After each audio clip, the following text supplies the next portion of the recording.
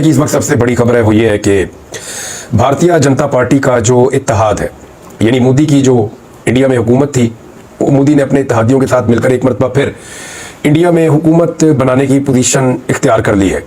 यानी नरेंद्र मोदी की हुकूमत आएगी दोबारा से, तीसरी मरतबा वो भारत का वज़ीर आज़म बन जाएंगे। लेकिन नरेंद्र मोदी जो एक्सपेक्ट कर रहे थे और जितनी उनकी पॉपुलैरिटी थी और जिस तरह के सर्वेज आ रहे थे, जैसी उनकी ग्रिप थी इंडिया के पूरे सिस्टम पे, ये नताइज उससे मुख्तलिफ हैं और उनकी उम्मीदें टूटी हैं बहुत ज़्यादा। नरेंद्र मोदी के या भारतीय जनता पार्टी के बहुत सारे ऐसे लोग जिनके बारे में कहा जाता था कि वो ज़रूर जीतेंगे, वो इलेक्शन को हारे भी हैं। नरेंद्र मोदी को बहुत सारी रियासतों में ऐसी शिकस्त हुई है जिसका वो तसव्वुर भी नहीं कर सकते थे।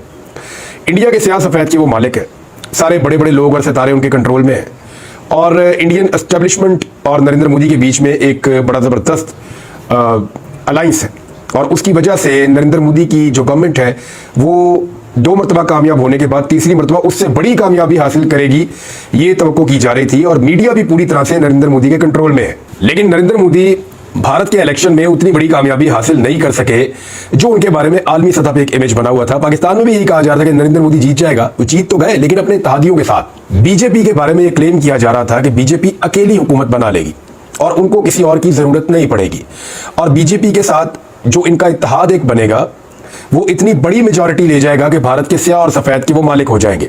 लेकिन ऐसा हो नहीं पाया। सादा अक्सरियत अपने इत्तेहादियों के साथ मिलकर नरेंद्र मोदी ने हासिल की है, बिल्कुल वैसी हुकूमत जैसी पाकिस्तान में बनी हुई है। यानी अकेले नरेंद्र मोदी भारत में हुकूमत बनाने में नाकाम रहे। उनकी जो इत्तेहादी जमातें हैं, अगर उनकी सपोर्ट मौजूद नहीं रहेगी तो नरेंद्र मोदी का इक़्तिदार में ठहरना मुश्किल हो जाएगा।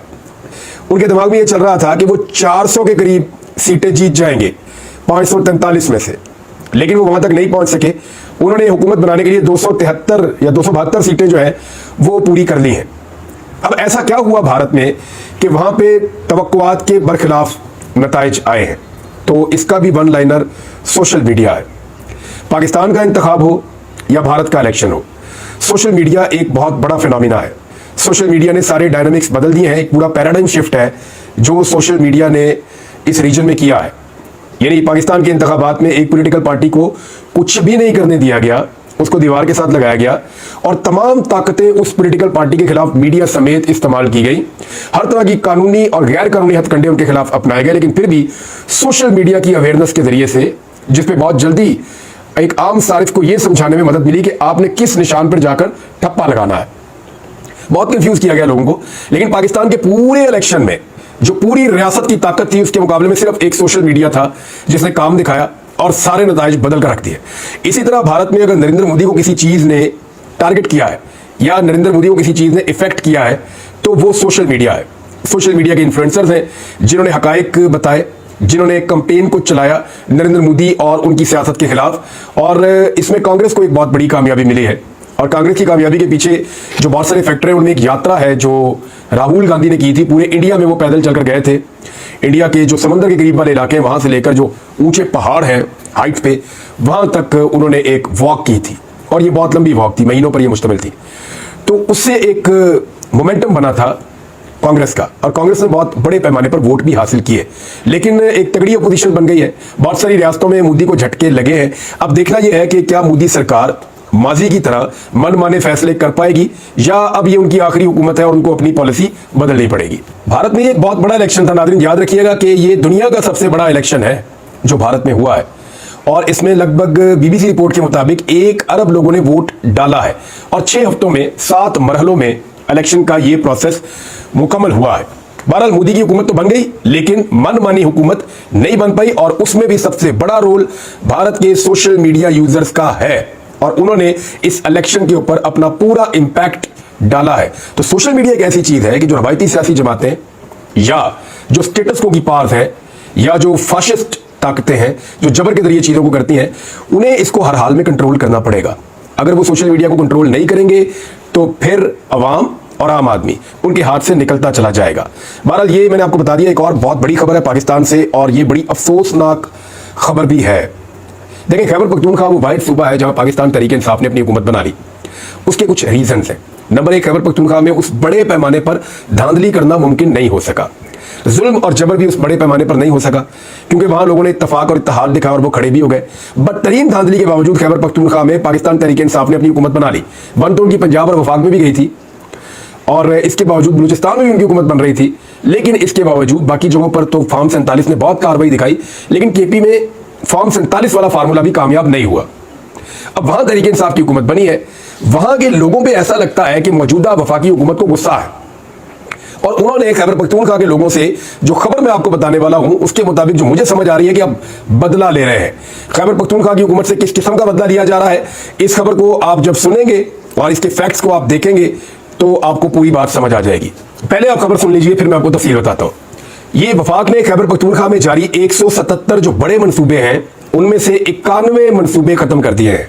91 मंसूबे खत्म करने का मतलब है कि आधे से ज्यादा तरक्याती मंसूबे खैबर पख्तूनख्वा के वफाकी हुकूमत ने खत्म कर दिए हैं। एक मेरी बात आप ध्यान में रखिएगा कि इमरान खान के ऊपर इल्जाम लगाते थे पीडीएम के सारे रहनुमा कि इमरान खान पाकिस्तान में तरक्की नहीं कर रहा, और वो ये इल्जाम लगाते थे कि इमरान खान पाकिस्तान में नए मंसूबे नहीं लगा रहा। ये वो सारे मंसूबे हैं जो इमरान खान साहब ने लगाए थे, और इनमें कुछ मंसूबे 70% तक मुकम्मल हो चुके हैं, लेकिन इनको रोक दिया गया है, बंद कर दिया गया है। इमरान खान पे ये इल्जाम था कि पाकिस्तान की इकोनॉमी तबाह की है, लिहाजा इकोनॉमी तबाह होने की वजह से पाकिस्तान में मंसूबे नहीं लग रहे, इस किस्म के एलिगेशंस लगाए जाते थे। इमरान खान के दौर में ये सब मंसूबे चल रहे थे और बहुत सारे मंसूबे मुकम्मल भी हो गए थे, और अब पीडीएम का जब दौर आया तो उसके बाद पाकिस्तान की मईशत की बहुत बुरी तरह तबाही हुई। वो मईशत जो इमरान खान के दौर में ठीक चल रही थी, उस मईशत को ठीक करने के नाम के ऊपर, यानी अच्छी खासी चलती हुई मईशत को ठीक करने के लिए पीडीएम की सरकार को लाकर बिठाया गया, और पीडीएम की सरकार ने बजाय इसके कि वो मईशत को ठीक करती, उन्होंने मईशत का इतना बेड़ा गर्क कर दिया कि जो मंसूबे पहले चल रहे थे उन्हीं को बंद कर दिया। बजाय इसके कि पीडीएम की सरकार आने के बाद अपने वादे पूरे करती, और वादे पूरे करने के बाद मईशत को ज्यादा बेहतर करती, ज्यादा पैसे कमाती और ज्यादा मंसूबे लगाती, ये करने की बजाय जो मंसूबे ऑलरेडी चल रहे हैं उनमें से आधे से ज्यादा मंसूबे खैबर पख्तूनख्वा में पीडीएम की हुकूमत ने या पीएमएलएन की हुकूमत ने, पीपल्स पार्टी एमक्यूएम सारे इनके इत्तेहादी है, वो सारे मंसूबे खत्म कर दिए हैं। और ये सारे मंसूबे कौन से हैं, इनमें से चंद के बारे में मैं आपको बताता हूं। एक मानसरा का एयरपोर्ट है, आपको याद होगा, नवाज शरीफ साहब वहां जाके बड़ी अनाउंसमेंट्स करते थे, बंद मंसूबा, अब नहीं बनेगा वहां पे। एक्सपो सेंटर पेशावर नहीं बनेगा। चित्राल, अयून और बम्बोरेत रोड, ये कैलाश आपने देखा होगा, फेस्टिवल होता है पाकिस्तान में सबसे ज्यादा सयाह जब आते हैं ना तो वो इस फेस्टिवल के लिए आते हैं, बहुत बड़ी तादाद में। कैलाश का जो फेस्टिवल है चित्राल में, तो ये रोड बहुत अरसे से बनना था, इसका जो तामीर का प्रोजेक्ट है वो भी रोक दिया, तो सेहत का क्या हाल होगा वो आपके सामने। अब बुरहान हवेलियां एक्सप्रेस वे और बहुत सारी सड़कें हैं, दर्जनों की तादाद में ऐसी सड़कें हैं जो बहुत जरूरी थी और उनका ताल्लुक सी पैक के साथ भी था। चित्राल गरम चश्मा रोड है, ये बहुत इंपॉर्टेंट है। हवेलिया थाकोट सी पैक प्रोजेक्ट है, वो भी बंद कर दिया। मालाकंड की एक टनल है जो बहुत जरूरी थी, वो भी बंद कर दी। बुरहान हकला डीए खान मोटरवे भी बंद कर दिया। सोलर एनर्जी के ट्यूबवेल्स लगने थे वजीरिस्तान में, मीरन शाह में, क्योंकि वहां पे बिजली का आपको पता है बहुत सीरियस इशू है, पानी का भी है, तो सोलर एनर्जी के साथ ट्यूबवेल्स लगाए जाने थे, और ये भी एक बहुत जबरदस्त प्रोजेक्ट था, ये भी प्रोजेक्ट बंद कर दिया गया। कुरम में जानवरों के अस्पताल की जो फैसिलिटी है वो भी बंद कर दी गई। लकी मरबत में जो सैलाब की वजह से हर दफा तबाही आती है तो वो बंद तामीर किया जा रहा था, वो भी बंद कर दिया गया है। मानसरा में पानी की स्कीमें बंद, बनू में पानी की स्कीमें बंद। ताल में जो स्पेशल इकोनॉमिक जोन की पावर सप्लाई का एक मनसूबा था वो भी बंद कर दिया गया है। चित्राल का ग्रिड स्टेशन, उसकी जो अपग्रेडेशन हो रही थी वो भी बंद कर दिया गया है। शुमाली वजीरिस्तान में जो बिजली की सप्लाई के मनसूबे हैं वो भी बंद कर दिए गए हैं। चित्राल में, दरगई में, दासू में, गुलान में, कोहिस्तान में, तरबेला में, वारसिक में, ये जो हाइड्रो पावर प्रोजेक्ट होते हैं जो पानी के साथ बिजली बनती है, इनके जो मंसूबे हैं उन पे काम बंद किया गया है। मोमन डैम के ऊपर काम बंद किया गया है, और दीगर बहुत सारे ऐसे डैम्स हैं जिन पे काम बंद किया गया। रोड्स के ऊपर काम बंद किया गया, तालीमी इदारों के ऊपर काम बंद कर दिया गया। Khyber institute of child health बंद। स्वात मोटरवे, ये बहुत इंपॉर्टेंट एक प्रोजेक्ट था, सबसे बड़ी तादाद में सयाह वहां जाते हैं पूरे पाकिस्तान से, तो ये मोटरवे बनानी थी, इसको भी बंद किया गया। पेट्रोलियम इंस्टीट्यूट कर्क बंद, और जनूबी इजला जितने भी है खैबर पख्तूनख्वा के, उनके अस्पतालों में बिजली का बड़ा सीरियस इशू था, उसको हल करने के लिए एक प्रोग्राम आया था कि इनके ऊपर सोलर लगाए जाएंगे, सोलराइजेशन की जाएगी, और इन अस्पतालों में ताकि बिजली मिलती रहे, मरीजों को मुश्किलात ना हो, तो वो मंसूबे भी खत्म। यूनिवर्सिटियों के कई ब्लॉक्स जो नए बन रहे थे और जो प्रोजेक्ट्स बन रहे थे वो सारे बंद हो गए, बहुत सारे डैम्स भी बंद हो गए। 91 ये प्रोजेक्ट हैं जो बंद किए गए हैं वफाकी हुकूमत की जानिब से। इन्होंने तो नए प्रोजेक्ट लाने थे, इन्होंने तो वादा किया था कि ये बहुत सारे प्रोजेक्ट और लेकर आएंगे। मियां साहब ने बेशुमार प्रोजेक्ट की अनाउंसमेंट की थी, हर जगह पे जाकर, हर जगह पे इनके लोग ये नारे लगाते थे, और ये तो आए थे ज्यादा प्रोजेक्ट बनाने के लिए, ज्यादा मईशत को बेहतर करने के लिए। तो ये सबसे बड़ी निशानी है। अगर तो इन्होंने मईशत को बेहतर किया हुआ होता, मेरी आज बात हुई खैबर पख्तूनख्वा गवर्नमेंट के लोगों से, वो बहुत परेशान है, वो ये कह रहे हैं कि हमारा बदला आप हमारे लोगों से तो ना लें। लोगों का ये कसूर है कि उन्होंने आपको वोट नहीं डाला और अब आप उनसे बदला लेंगे और उनके प्रोजेक्ट उनसे छीन लेंगे, उनके साथ जुल्म और बर्बरियत करेंगे, तो लोग इसके खिलाफ खड़े होंगे। और ये एक ऐसा इशू है जो मुझे आराम से दबता हुआ दिखाई नहीं दे रहा। नाज़रीन, एक और खबर है और ये इस्लामाबाद हाई कोर्ट से दो बड़ी खबरें हैं। नंबर एक तो ये है कि जो मुतनाज़ ट्वीट वाला मामला इमरान खान साहब का, उस मामले पे पाकिस्तान तहरीक इंसाफ की क़यादत ने राब्ता कर लिया है इस्लामाबाद हाई कोर्ट से कि जी हमें क्यों नोटिस किए जा रहे हैं। ये एक ट्वीट है, उसमें उन्होंने कहा जी हमीदुर रहमान कमीशन की रिपोर्ट को पढ़े। अभी तो कादी फायदी साहब का स्टेटमेंट भी आ चुका है, उस पर लोगों ने निकाल के सोशल मीडिया पर डाला कि उमर अता बंदियाल साहब ने और कादी फायदी साहब ने भी इसकी अहमियत पर रोशनी डाली हुई है। बल्कि कादी साहब ने तो कहा था कि हमीदुर रहमान कमीशन रिपोर्ट जो है उसका उर्दू में ट्रांसलेशन करके डाला जाए, क्यों नहीं किया जाता। यानी ये कितना इंपॉर्टेंट है हमीदुर रहमान कमीशन रिपोर्ट।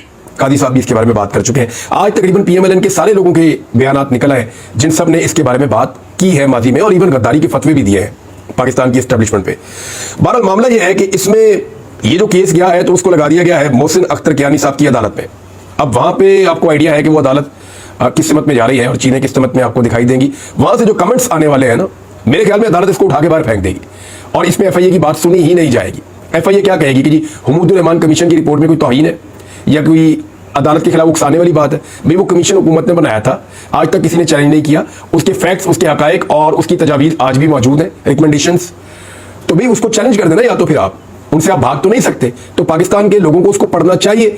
ये बात जो है वो इस्लामाबाद हाई कोर्ट में क्या मौक़िफ़ लेती है एफआईए, ये बड़ा इंटरेस्टिंग केस होने जा रहा है। और दूसरा एक और मामला, ये 3 हल्के हैं ना इस्लामाबाद के, इन लोगों ने एतराज़ कर दिया है जस्टिस तारिक महमूद जहांगीरी साहब के ट्रिब्यूनल के ऊपर कि जनाब हमें एतराज़ है। एतराज़ ये होता है कि जज बायस्ड है, या जो जज साहब है मोअज़्ज़िज़ जज साहब वो बायस्ड हैं, जानिबदार है, इस किस्म का एतराज़ किया जाता है। इलेक्शन कमीशन ने इनकी समाअत मंजूर कर ली है, 2 दिन के बाद उन्होंने सुननी थी, कल वो सुनेंगे 6 तारीख को। लेकिन मामला यह है कि पाकिस्तान तहरीक इंसाफ ने इसके खिलाफ दरखास्त दे दी है इस्लामाबाद हाई कोर्ट में, और यह मामला लग गया है जनाब मोहतरम chief justice Islamabad high court Aamir Farooq साहब के पास। अब मामला यह है कि आमिर फारूक साहब के सामने ये कैसे साबित किया जाएगा कि उनकी अपनी अदालत के एक जज साहब बायस्ड है, और क्या वो इसको तस्लीम कर लेंगे कि इस ट्रिब्यूनल से केस को शिफ्ट करके इलेक्शन कमीशन ऑफ पाकिस्तान किसी रिटायर्ड जज को या कहीं और भेज दे। यानी इस वक्त इस्लामाबाद हाई कोर्ट में बैठे हुए एक मुअज़्ज़िज़ जज साहब, उनके ट्रिब्यूनल के ऊपर एतराज है, और एक रिटायर्ड जज या कोई और बाहर से बंदा लाकर बिठाया जाएगा तो उसके ऊपर एतमाद है। तो ये बड़ी ऑकवर्ड सिचुएशन हो जाएगी अदालत के लिए, और आमिर फारूक साहब की तरफ तमाम नजरें चली जाएंगी इस केस में। मुमकिन है कि अभी वो ये कहें कि जरा इलेक्शन कमीशन को फैसला कर लेने दें, फिर इस मामले को हम देखेंगे। मुझे नहीं लगता कि ये 3 सीटें बचाने में पीएमएलएन कामयाब हो जाएगी। हाँ, ये जरूर हो सकता है कि पीएमएलएन इसको लिंगर ऑन कर ले, इसको लंबा ले जाए थोड़ा सा, लेकिन इसके ऊपर फैसला आ जाएगा। नाज़रीन, फजलुर रहमान साहब के हवाले से बड़ी खबर है, नवाज शरीफ और फजलुर रहमान के हवाले से, वो मैं आपको अगले वीलॉग में बताता हूँ अभी, क्योंकि इसमें टाइम कम है। लेकिन यहाँ पे आप ये तस्वीरें देख लें, और ये वीडियो भी जारी हुई है छोटी सी, इसमें मरियम नवाज साहबा जो है वो खड़ी हैं और बड़े जदीद कैमरे उनके आसपास घूम रहे हैं, और उनको इंस्ट्रक्शन दी जा रही है कि smile smile smile smile, action, smile, बस कट। ये क्या चल रहा है? फिल्में बन रही हैं, टिकटॉक बन रहे हैं, और ड्रामों में काम करना है या हुकूमत चलानी है? इनकी सारी तरजीहात इस बात पर है कि मैं कैसा दिखूं, मैं कैसी दिखाई दूं, लोग मेरे बारे में क्या सोचें। यानी फिल्म की एक्टिंग, ड्रामा की एक्टिंग तो नहीं चल रही ना यार, ये हुकूमत चल रही है। किसान को आपने रोल के रख दिया है, वो बेचारे की 2 साल कमर सीधी नहीं होनी, उसकी गंदम बड़ी बड़ी खराब हो रही है, उसको आप पूछ नहीं रहे। गरीब आदमी का बेड़ा गर्क हो गया है। 2-3 बहरान पंजाब में अब तक आए, एक के अंदर भी आप काम नहीं कर सके। भावल नगर में पुलिस वालों को आप इंसाफ नहीं दे सके। टके का काम इस पंजाब हुकूमत ने अब तक किया नहीं, सवाई वीडियोस बनाने के। और एक दोस्त ने तो यहां तक लिखा है कि वज़ीर आला हाउस के जो स्टाफ है, सोर्सेज, वो ये बताते हैं कि आजकल वज़ीर आला हाउस में यही काम चलता रहता है।